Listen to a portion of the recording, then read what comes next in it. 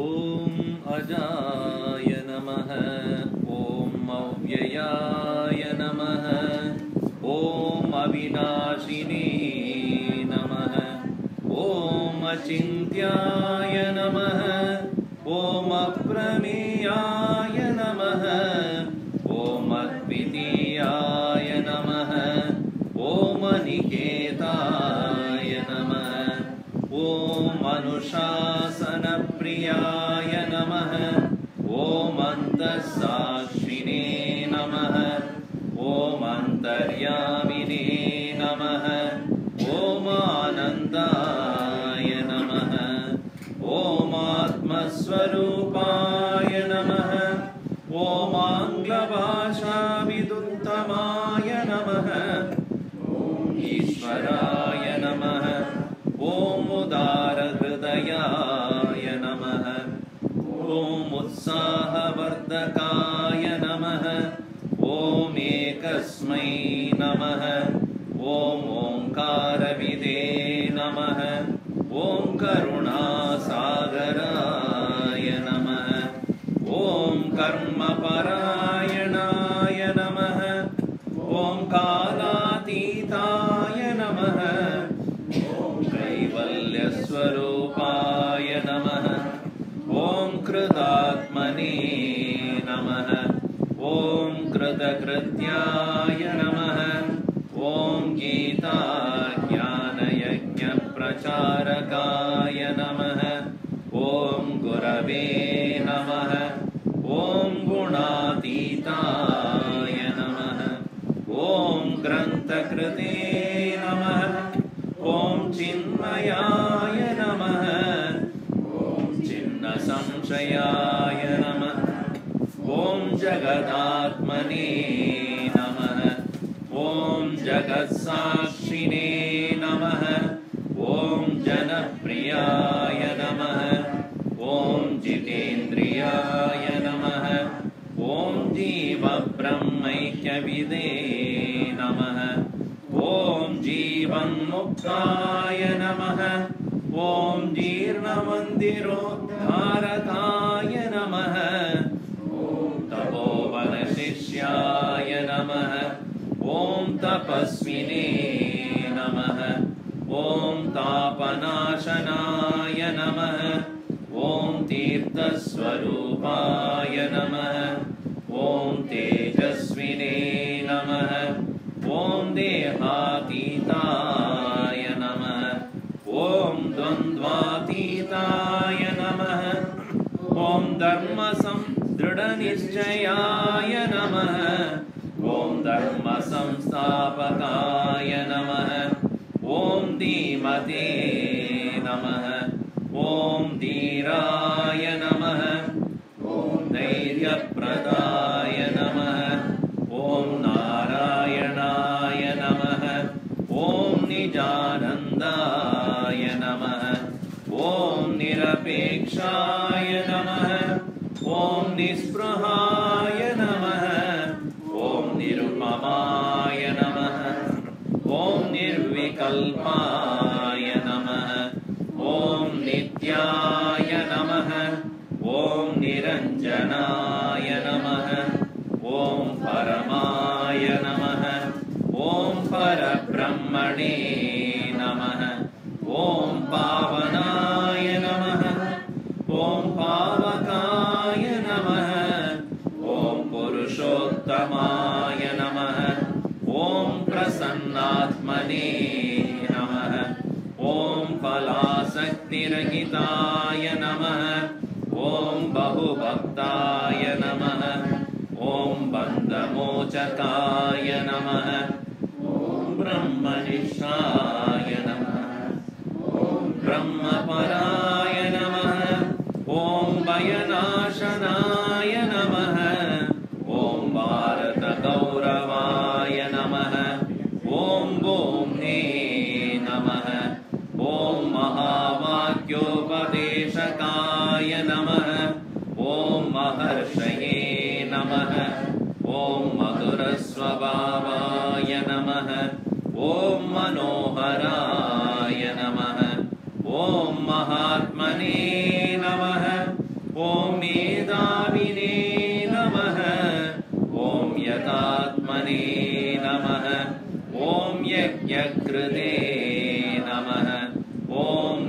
लोकप्रसिद्धाय नमः ॐ वाग्मिने नमः ॐ विभवे नमः ॐ विनोदप्रियाय नमः ॐ विनयशीलाय नमः ॐ वीतरागाय नमः ॐ वेदान्तवेद्याय नमः ॐ शान्ताय नमः ॐ शान्तिप्रदाय नमः ॐ शास्त्रोद्धारकाय नमः ॐ शुद्धसत्त्वाय नमः ॐ श्रुतिपारगाय नमः ॐ श्रोत्रियाय नमः ॐ सन्न्यासिने नमः ॐ समबुद्धये नमः ॐ सच्चिदानन्दाय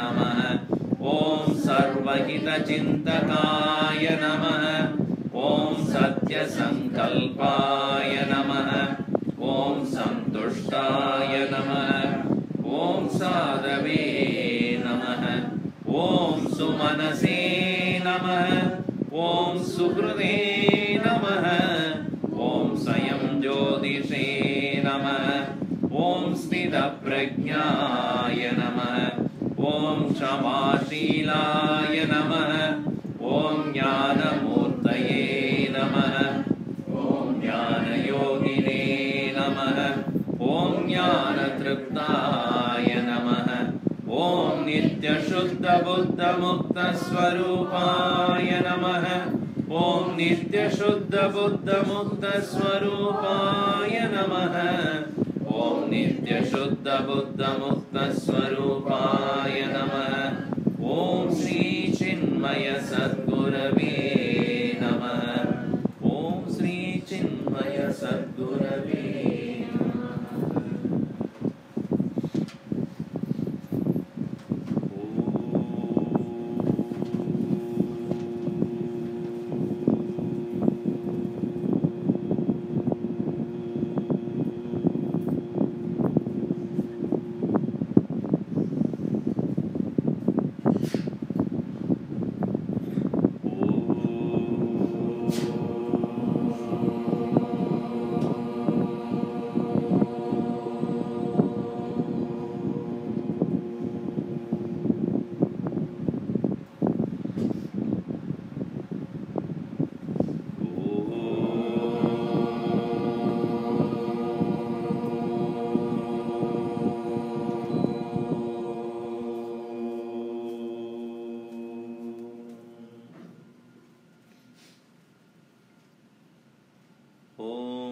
सहना भवतु सहनौ भुनक्तु सह वीर्यं करवावहै तेजस्विनावधीतमस्तु मा विद्विषावहै ॐ शान्ति शान्ति शान्ति समस्त जनकल्याणे निरतं करुणामयं नमामि चिन्मयं देवं सद्गुरुं ब्रह्मविद्वरम्।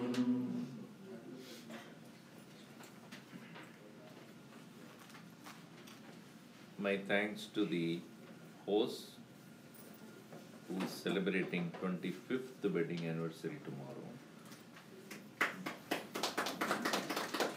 It's a nice occasion to have this event of remembering Pujya Gurudev and his glories.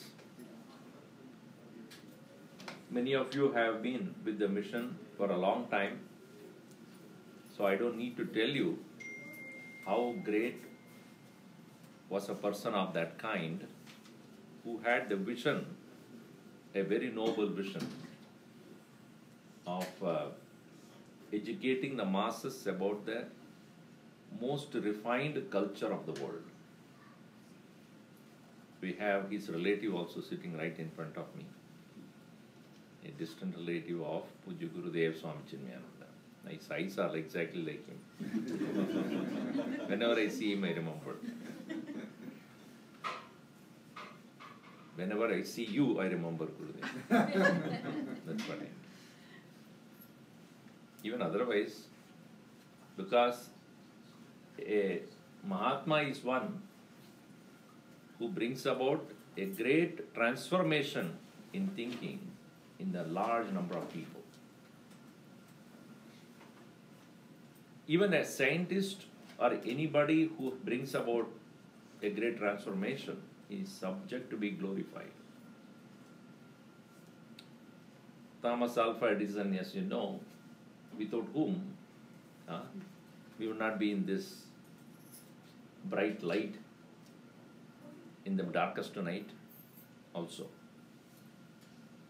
It is said that he was working on this for many, many years. This is a story I heard, Edison. And he has been experimenting about light bulb. But he was not successful.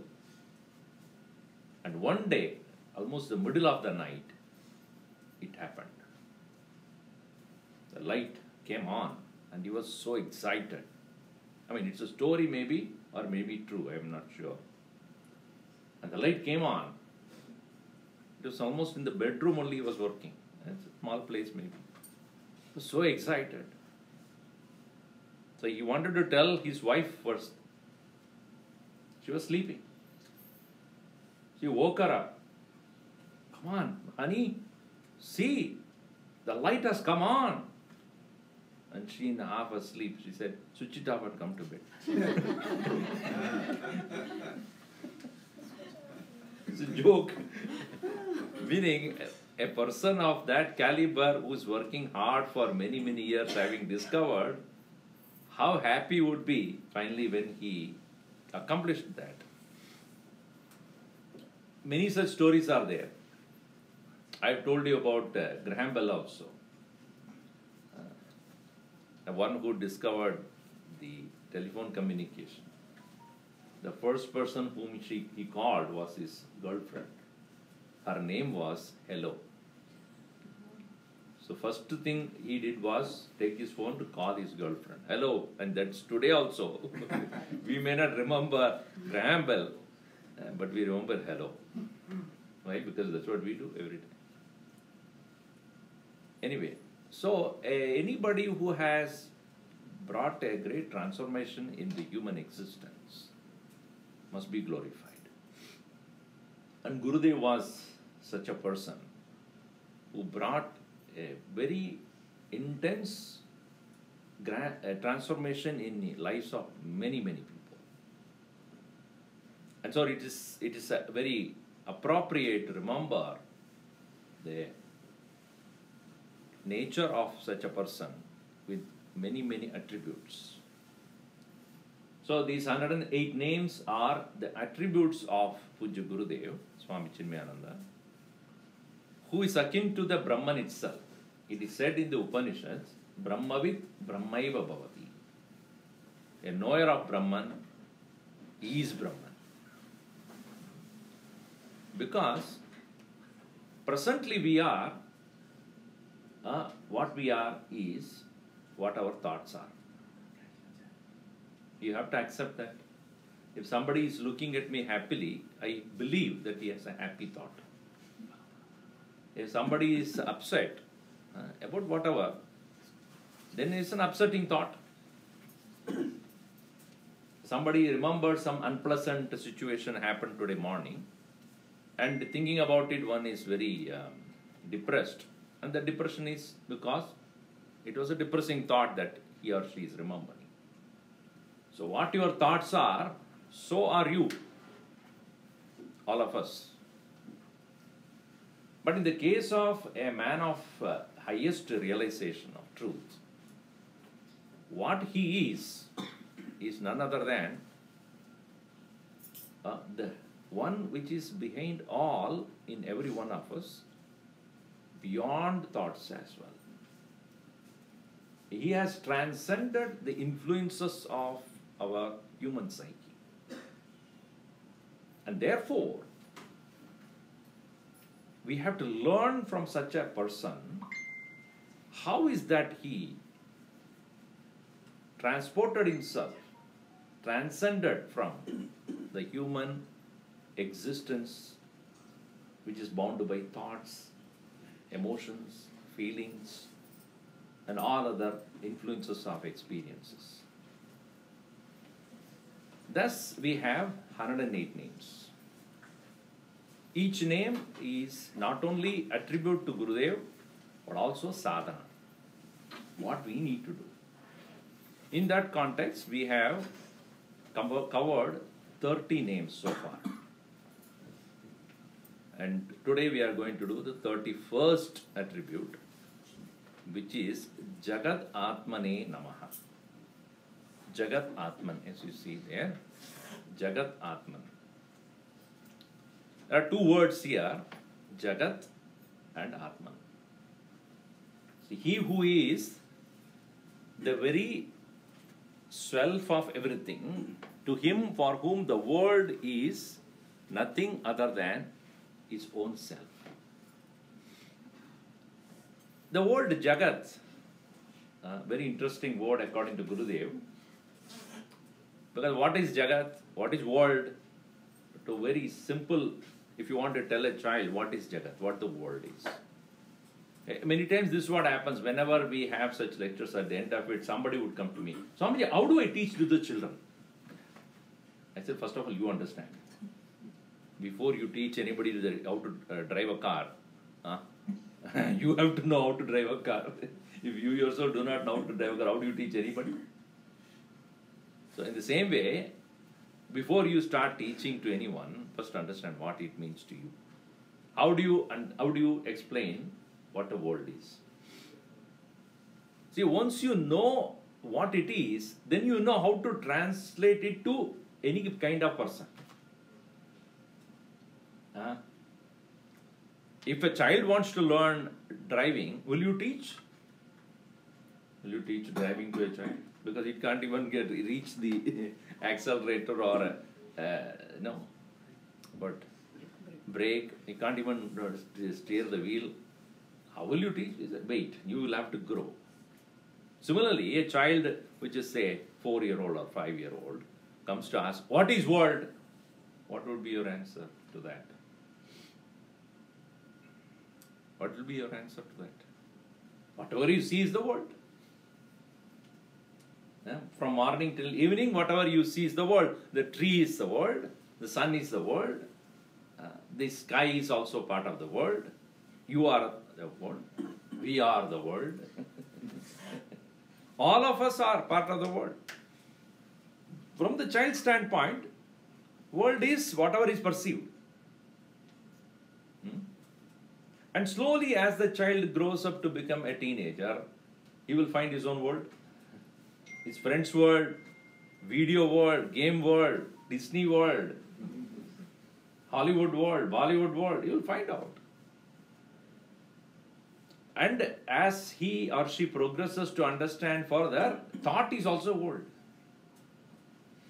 I live in my own thought world, all of us. It's not only the external world that we are looking at. And if there are some 40 people, there are 40 different worlds you are all living. Each one of it's your way of looking at things, your perception, your emotions, your past impressions, your feelings, your likes, your dislikes, your priorities. So, minimum, the basic definition.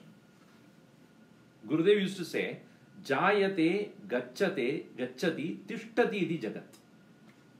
Such a wonderful, simple meaning. Jagata. There are 3 letters there. Jagata. In Sanskrit, Ja means Jayate, born. Ga means Gacchati, goes. Comes and goes. Whatever comes and goes. Jayate, Gacchati. In between, Tishtati, for a short time. Morning has gone already now. Where is today? Gacchati is going. And next day morning, Jayate. Early morning when you wake, not early morning you wake up, Jayate. And then what happens at the end of the day? Gacchati. In between, Tishtati. Jagata. So that's called Jagat. And in that condition, it is Jaga, Jaga, Jaga, Jaga, Jaga, Jaga, Jaga. It makes all sort of experiences to us. Good, bad, ugly, pleasant, unpleasant, all sort of things. So this is the common man's point of view. Whatever is perceived is the world. Whatever is felt is the world. Whatever is thought is the world. That's why in his chart he would say perceiver, feeler, thinker. This is the world for all of us. Now, science does not just accept that what is perceived alone is the world. They go into the details of what is perceived. Why is that an object is different from another object? Why solid is different from liquid, liquid is different from gasic? Some of them are very atomic level, they are all present, we don't see them also, but it is there. A physicist would say there are a lot of atom particles here, which you would not see by bare eyes. So, from the science point of view, the entire world is a constant vibrating energy. We do not see it that way. So, according to your level of understanding or knowledge, so will be your perception of the world. So, this slowly science has come to realize that the world is not just what eyes can see, much more than that. Now, you may think that it's a very high developed scientific thinking, but I tell you, our rishis have gone far beyond that, much beyond that. They have, with no equipment in their hand, no experimentation with any equipment, by mere thinking alone, they have come to comprehend many deeper levels of thinking, the world. So therefore, there are four most famous theories about the world from the Hinduism standpoint. And first one is, which we all come to believe as true, is, according to science, something happened sometime and the world was born. Something happened. Don't ask me what happened. Something happened. No, they may explain also. Big Bang. I do not know. Maybe you can ask more physicists about what that is. As far as I know, there is a great collision take place, and that collision condensed into various planetary systems. And that is how this whole creation has begun. This is called Arambhavada. Arambha means began. Something began sometime. Now, this is a good theory, and from that beginning onwards, up till now, it has been existing, it is continuing to be there. Just like if the child is asking you the question, where was I before I was born? What is your answer? I don't know. So the child would say, when did I begin? Me, when did I start? From the time you are born. So you as an individual has been there from the time you are born. And so anything that has begun at some point of time, by scientific analysis you will know, it has been caused by something. Nothing can come out of nothing. If there is something, there must be something else which is the cause for this. So science has been working on what would have caused this creation, this collision. They have to account for that also. Where did that come from? If something happened, let us say bang of two things happened, this was there, then they collided. All right. Where did these two come from?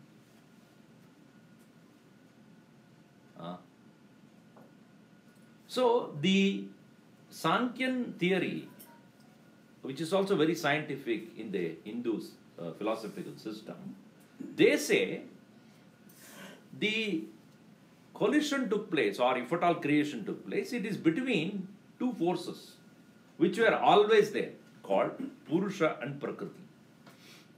The combination of these two is the creation. Purusha and Prakriti. This is similar to what the science is coming to say as matter and energy. But they don't give the origin of matter and origin of energy.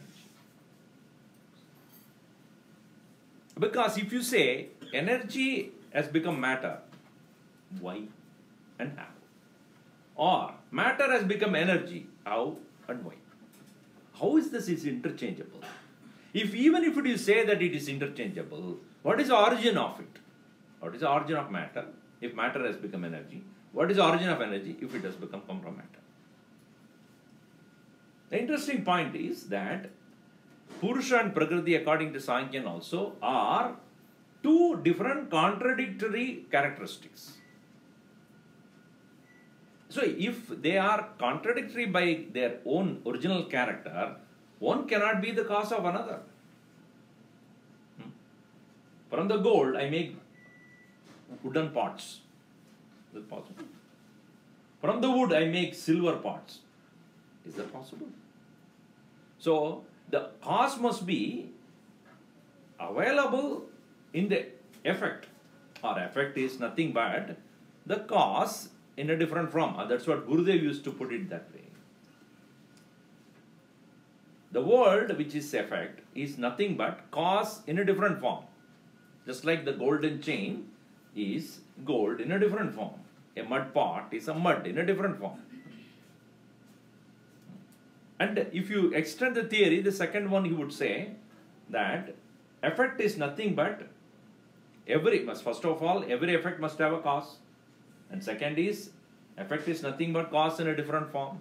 From the effect, if you remove the cause, what will exist? From the effect, remove the cause. From the gold pot or golden chain, we remove the gold and keep the chain with you. Shall we have a deal like that? Give me a chain, I will take gold, you keep the chain. Can there be chain without the gold? So from the effect to remove the cause, nothing would exist. And this is to understand that the world, if at all you say, has begun some point of time. What is the origin, the cause for this creation? This is where Hindu philosophers have started working on it seriously. So, philosophers are also, the rishis were also deep scientific thinkers. They are not just sitting there as Max Muller sometime wrote before he realized the intensity of their thoughts, etc. He said, oh, this is nothing but the blabbering of the lotus eaters.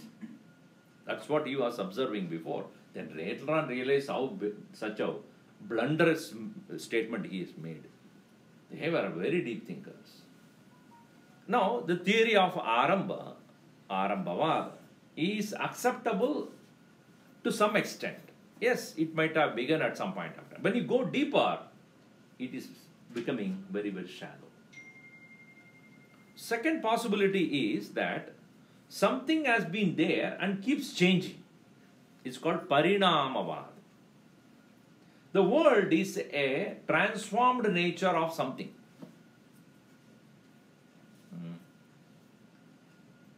Like that of the milk becoming a curd. And once it has become parinama, changed, it cannot go back. Like a curd cannot become milk. So it keeps on changing constantly. At some point of time, when it no more can change, it will disappear. So this is one particular theory that is also to explain the phenomena of the world, which is subject to constant change. Like our body also, from the time it is born, it is constantly undergoing change. At some point of time, it can no more further change. It will just collapse.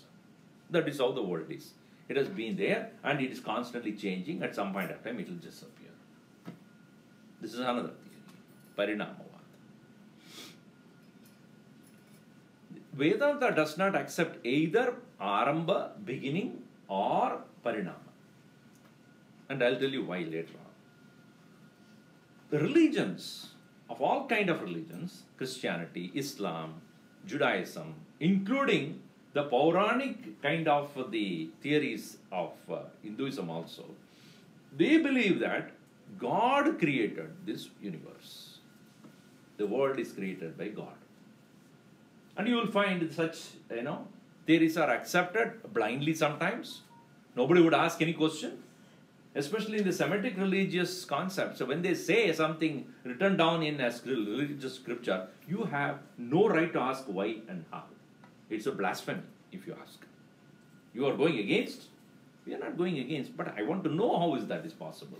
And that is the reason why in the past, when scientists asked the question, how is this acceptable? They were hanged, they were killed, they were poisoned to death. Religious fanaticism, therefore, had muted the growth of science to a larger extent.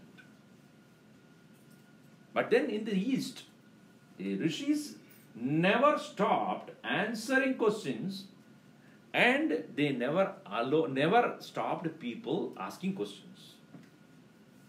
Because the rishis who have contemplated upon this have come to realize what it is in their personal experience, and therefore they were able to answer all questions without any kind of resistance. They said, yes, your question is right, and here is the answer. So what do the religions say?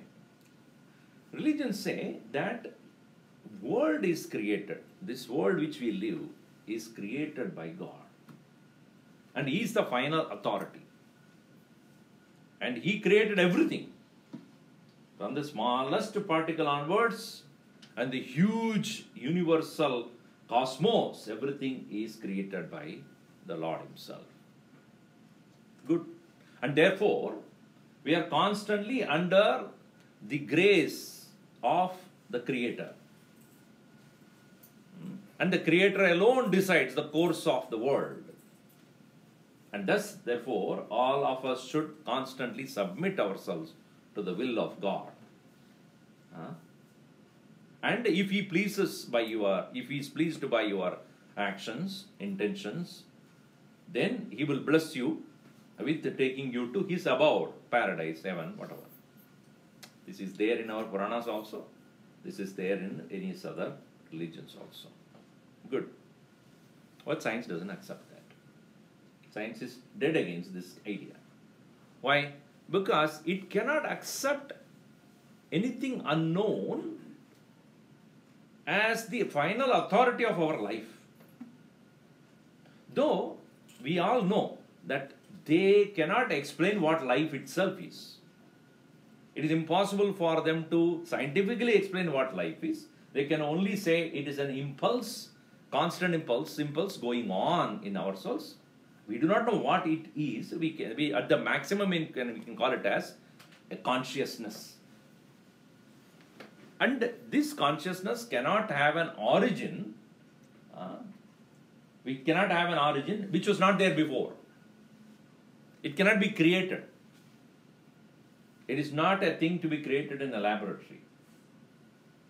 As far as today's science is concerned, they are still working on it. And if at all there is somebody called God who created, the question is, why is He not coming down to us and tell us what it is going on? Why He created? How did He create it? What is the process? Why He is not explaining? So their idea of God being a creator and we are subservient to Him is not acceptable to most of the scientific thinkers.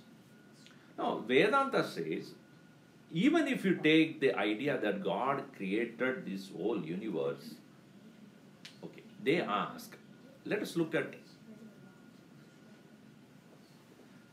the child can go and play so every time it happens. If somebody is making a pot, there are two things that is necessary. One, with what material he makes. Second, the knowledge that he has to how to make it. If you ask me to make a pot, What will I do? First of all, give me some clay. And then, if I don't know how to make a pot, I will make something. It may not look like pot. So I should have the knowledge of how to make the pot, right? So one is called material cause, another is called efficient cause. In anything you want to make, there must be two things. Like this chair, if I am sitting, if it is made of plastic, or if you are sitting there and made of wood, then there must be two things at least necessary. One, the basic material called wood, and second, one who knows how to make a chair. So if God has created this universe, let us say he has the knowledge of how to make it. Acceptable. He may have, yes. Out of what? What was his material cause? Out of what he made? Oh, matter was already there. Very good. Who made that matter? Out of what the matter is made? Doesn't matter. Then it is not science. If you say doesn't matter, it's not science. You have to explain what is the material cause of it. Upadana Karana it's called. Nimitta Karana and Upadana Karana. Nimitta Karana means efficient cause. Upadana Karana. What is that sound? Phone. Somebody's phone is on. Upadana Karana means don't worry about it.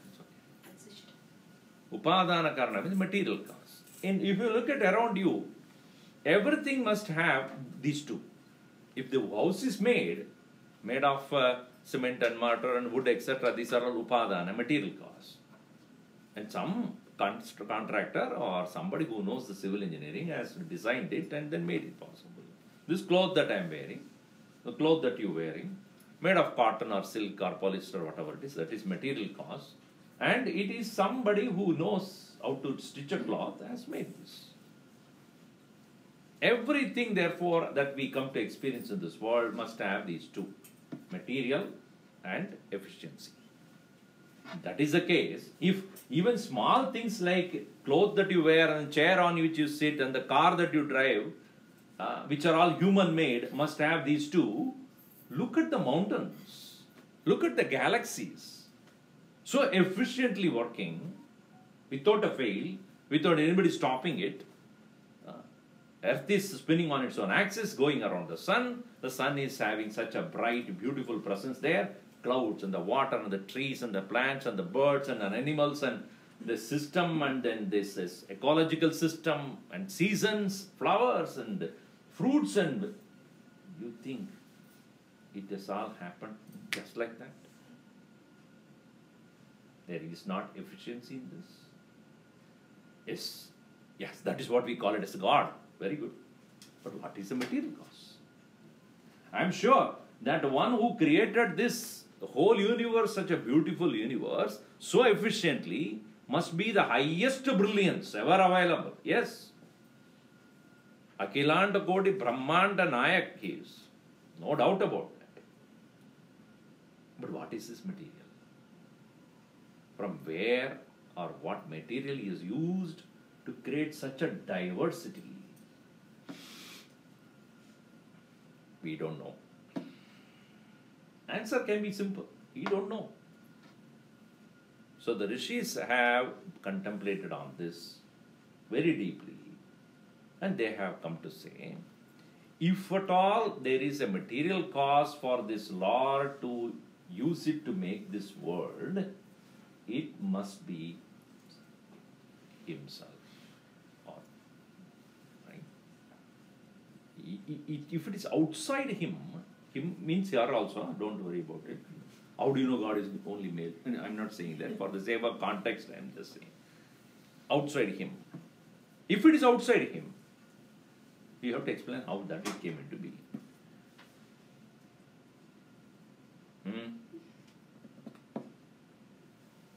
You have to explain how that came into being. So therefore, in the Upanishad, Ishavasya Upanishad, first verse itself, he establishes this point. Ishavasyam idagam sarvam yatkincha jagatyam jagat tena tyaktena bunjitaha ma gridakasya sviddhanam. the whole universe that we see, and whatever you don't see also, which is there. Isha Vasyam. Ishwarena Vasyam. Vasyam means the entire thing is covered by one presence of Ishvara, the Lord. Idagam Sarvam. All this. Jagatyam Jagat. Entire universe. The first statement, therefore, let your vision be that the entire creation, whatever is there, is none other than the one single presence of the Lord.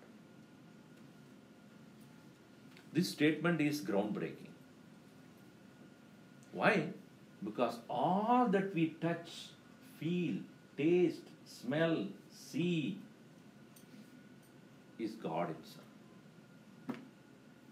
Bhagavan Himself. Nothing other than Him exists.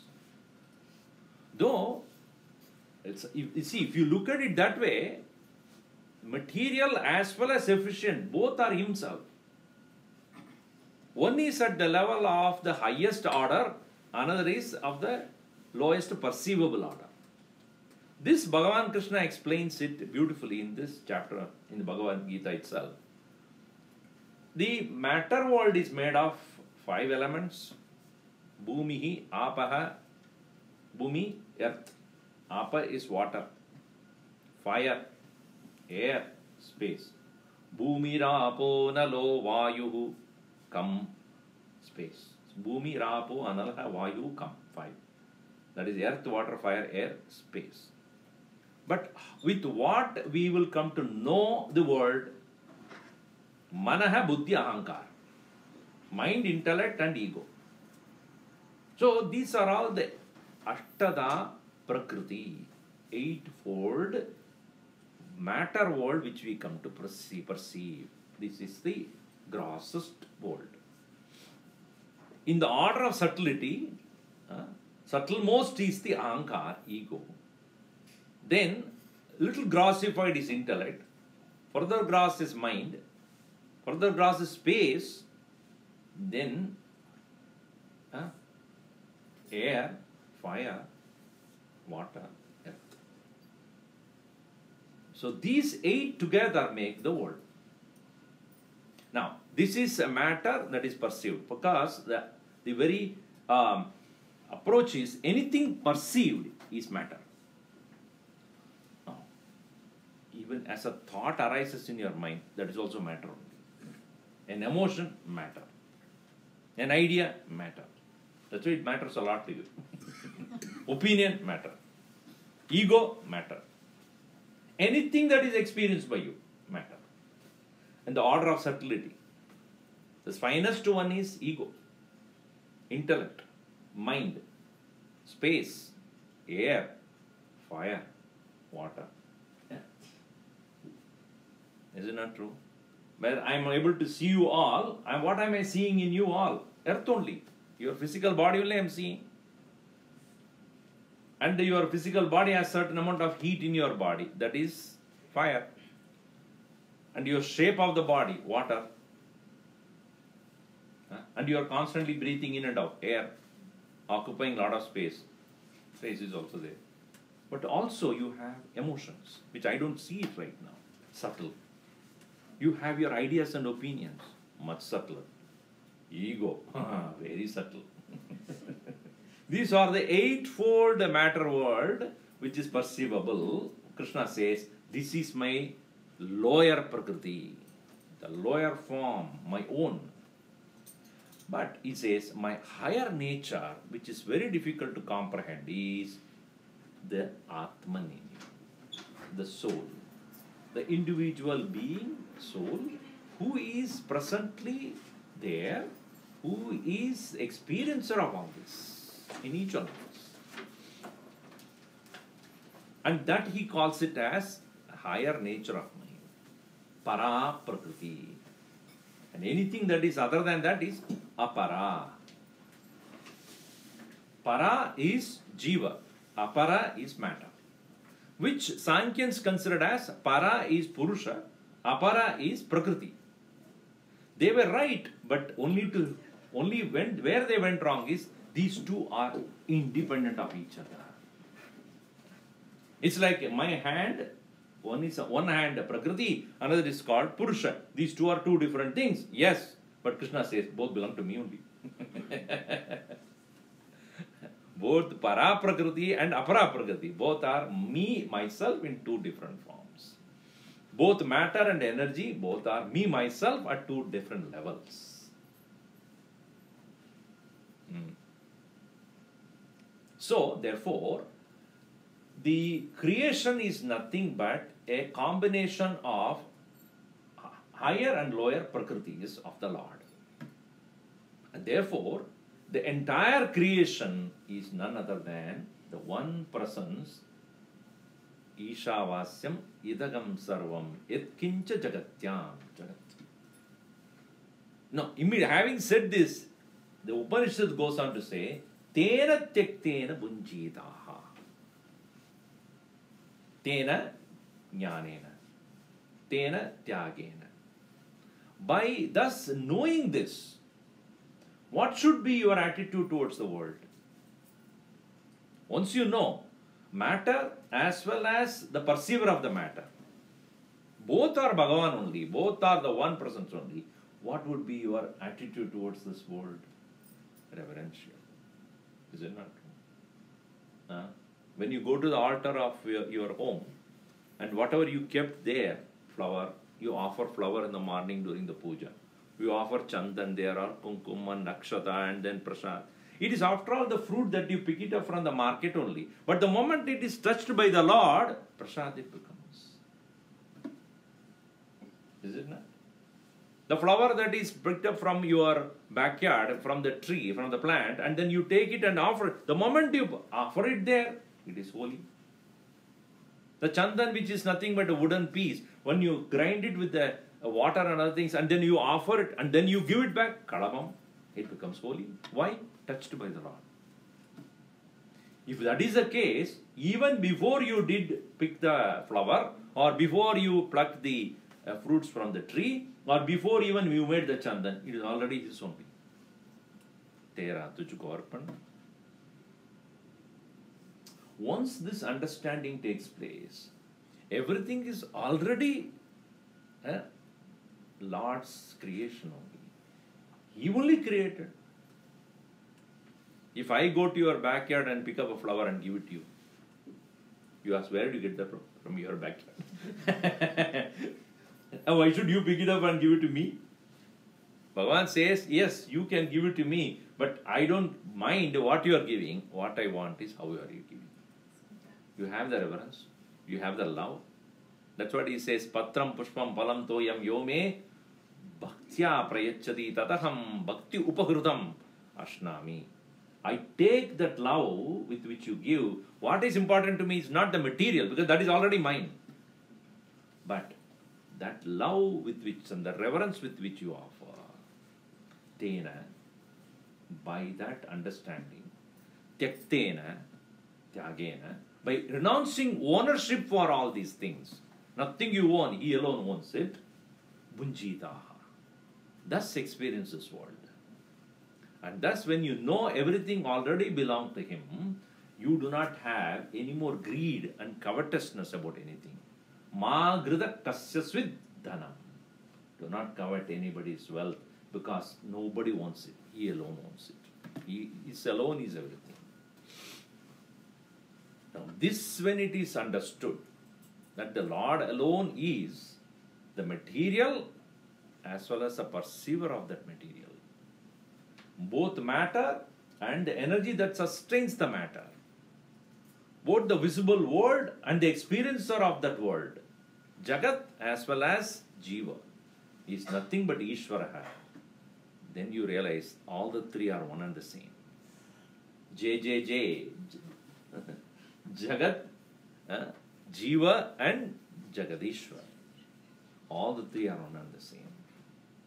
Now this is what the Vedantic theory is, and this is called Vivartavada, as against Arambha Vada, the argument of beginning, or Parinama Vada, argument of transformation. The Vedantic principle is Vivartavada, meaning Vividam Vartate iti Vivarta. Meaning the one alone is appearing as many. There is no many really. It is one appearing as so many. So when you realize that it is not many, but because of our faculties I am able to see it as many, but really there is only one.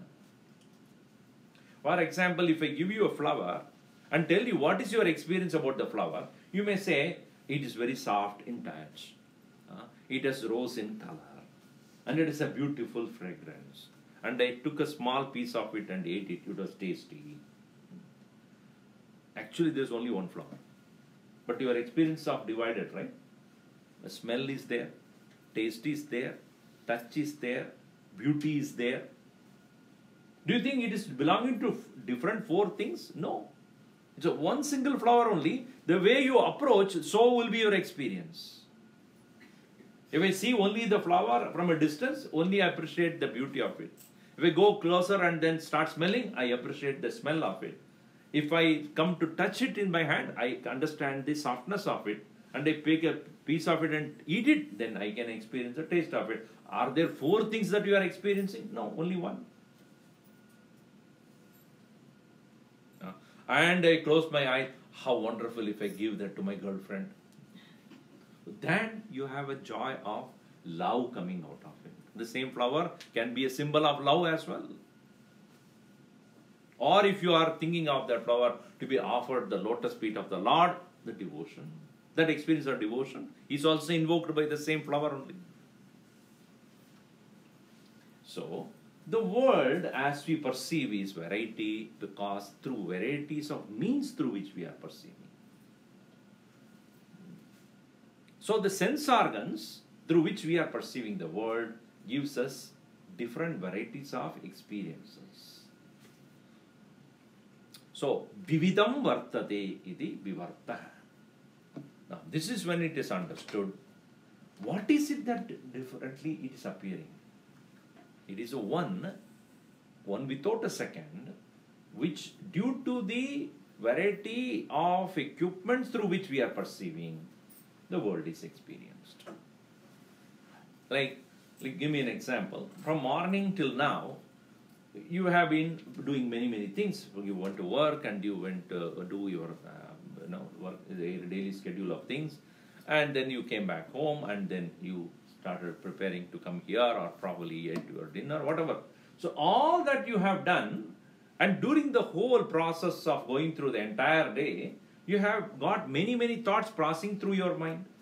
Some are pleasant, some are not pleasant, some are about some worry about something, and some of them are about planning for tomorrow, or some of them are about, thinking about, what should have happened, could have happened, would have happened, all those things. So, your mind is the same, but varieties of thoughts. Some are joyful, some are pleasurable, some are depressing, some are upsetting. So, is it not the same mind? Many thoughts you experienced. In the same way, same word, but many ways it is experienced. And thus, what is that which is the one which is experienced as many? When they further gone deeper into that, what is the nature of Ishwar, who is appearing as this variety of the world? What is the nature of Ishwar?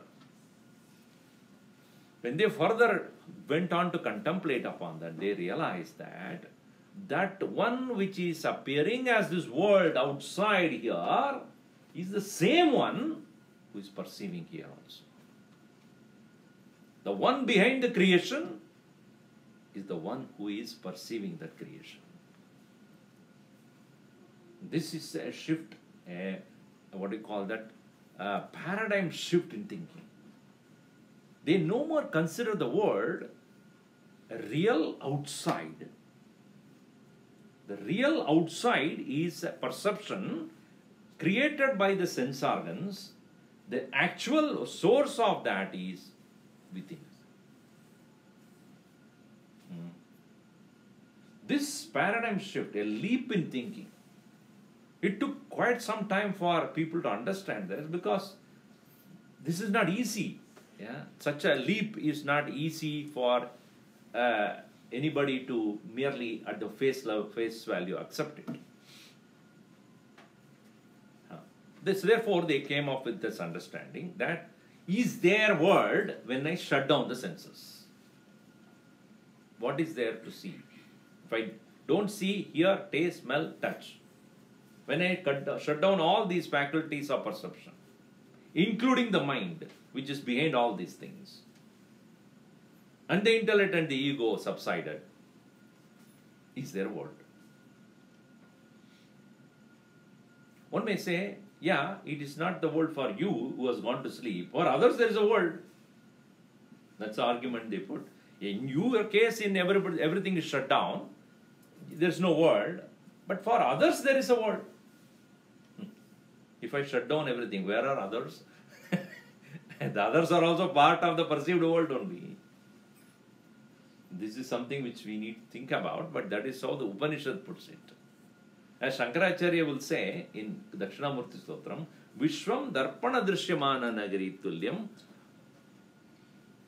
Even though you perceive it as outside, like you stand in front of a mirror and see your own reflection in the mirror, but is it there or here? Where are you? If you're standing in front of the mirror and you are seeing yourself in the mirror, I ask you, where are you? There or here? What is your answer? If somebody wants to take the mirror, hey, I'm going. You are not going anywhere. With the mirror, you don't go anywhere. The mirror goes, you don't go. So, when I see my reflection in the mirror, I don't take it to be me. It's only my reflection. Correct or not? The world is nothing but your own being reflected in many ways. You may not accept this at this point. Even if you take it as a possible theory, you will go a very long way. Science today proves that the finest matter in this universe behaves as per the way you see it. The observer decides the movement and behavior of the finest matter. The finest matter behaves according to the mood of the observer. What is the connection? Let us say, this bottle is there and sitting there. Does it behave the way I want it? Any one of you will behave the way I want it? Huh? Will you? I am different from you, right? Different from this. This cannot behave the way I want it. It has its own characteristics. It will behave the way it wants. That's how the science has been looking at it so far. That the matter is independently having its own behavioral patterns, irrespective of who is looking at it. But today, this very matter which is there, finest matter that is sitting in front of you, will behave according to the mood of the observer. Now, this is not, you can read it, it is there. And they call it as, you know what it is? God particles. Why God coming into this now? I don't know, some of you may know about that. Huh? Boson. I think it's further than that. So the declaration of the Upanishad is that it is the one within, is the one which is perceived outside due to the equipments through which you are perceiving. And thus, that very one, which is the real one, which is within, which is perceived as though as many outside, this one is thus referred by them as Atman, the self. And the world that is perceived outside in the form of varieties of things is none other than the extension of the self through the equipments, upadhis. Just like as they give the example of you looking at the mirror and looking at the reflection of yourself.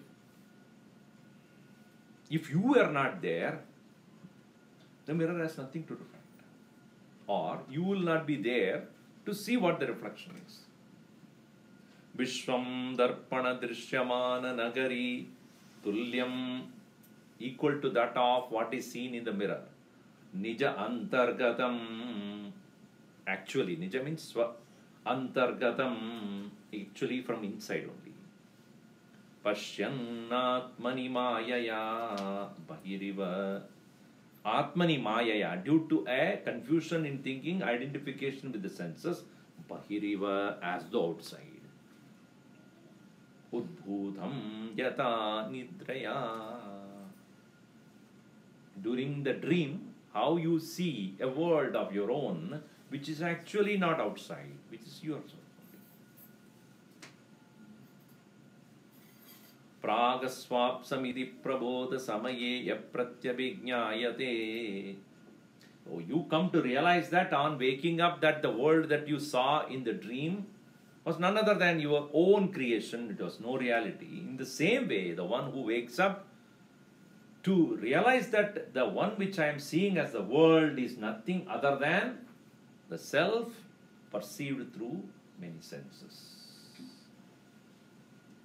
And thus one who has realized it called Jagad-Atmane. Now you understand that word? Jagat is Atman.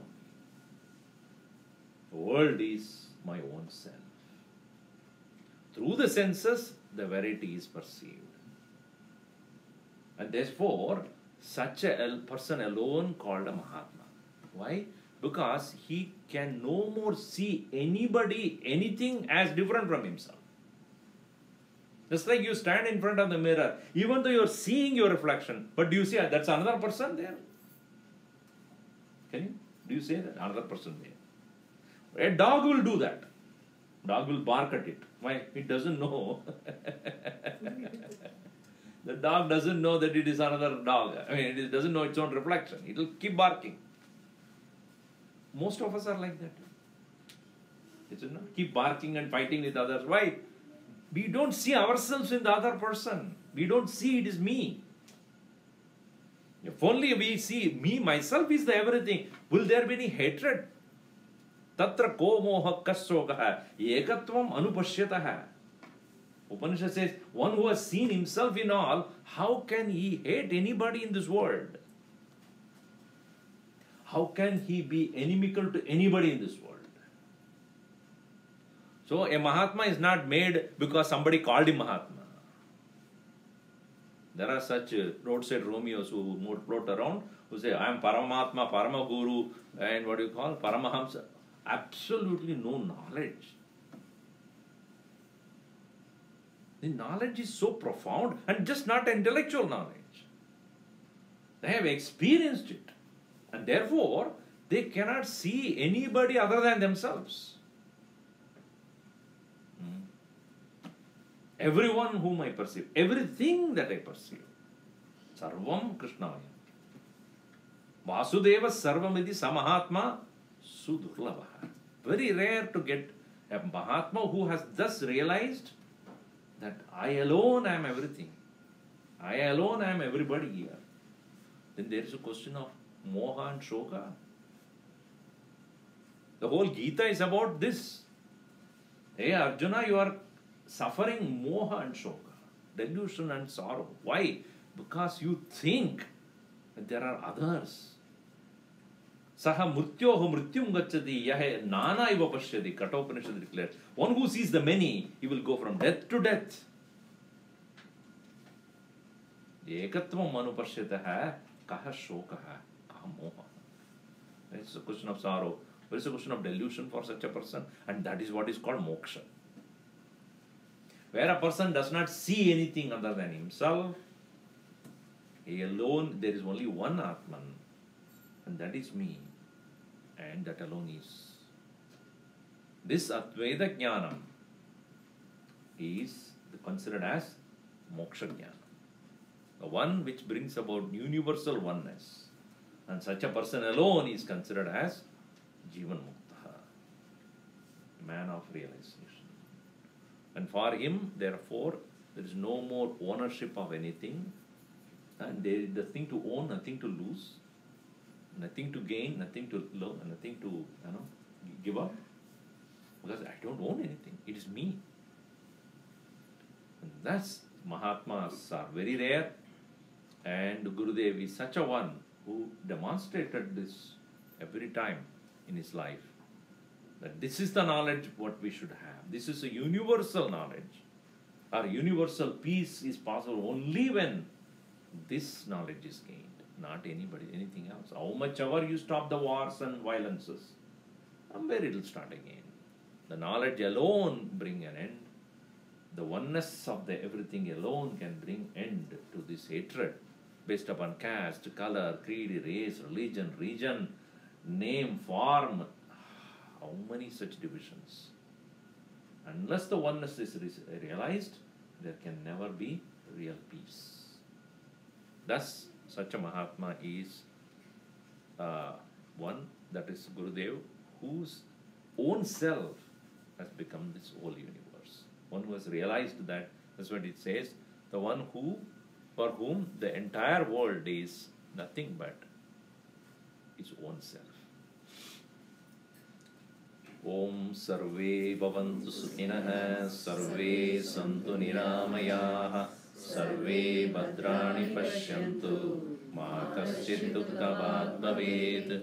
Om Shanti Shanti Shanti. Hari Om Shri Gurubhyo Namaha.